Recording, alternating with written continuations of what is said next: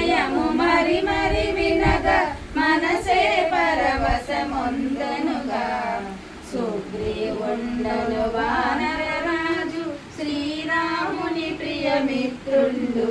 సీతను వెతుకగనలు దిక్కులకు వానర సేనను పంపెనుగా. నలుడు నీలుడు జాంబవంతుడు వాలి సుతుడగు అంగదుడు హనుమంతుని తన వెంటనే రాగా దక్షిణ దిక్కుగా పయనించే. శతయోజనముల విస్తీర్ణము గల సంద్రము నెట్టుల దాటుగము. జానకి నెట్టుల చూచెదమనుచు దుఃఖమునొందిని కవివరులు. అతి భీకరమగు సంద్రము దాటగా అంజని సుతునకి తగుననుచు ఉత్సాహంబును కలుగ చేసిరి హనుమను అందరూ కీర్తించి.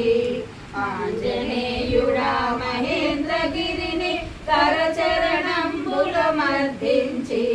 దేహము పెంచే అతి వేగంబున ఆకాశంబున విహరించే. కృతయుగమున పర్వతంబులు రెక్కలు కలిగిన గగనమును విహరించుచు భయభ్రాంతులు గొల్పగా మునుల ఇంద్రుని ప్రార్థించే. దేవరాజు తన వజ్రాయుధముతో అన్నిటి రెక్కలు ఖండింప.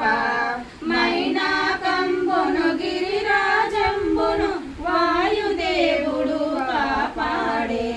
పాతాళమున వసించు ధనుజులు పైలోకములకు రాకుండా అడ్డుగా నిలచిన ఆ మైనాకుని సాగరుడంతట పిలచెనుగా.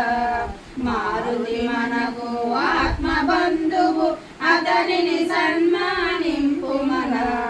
అలసట తీరగనా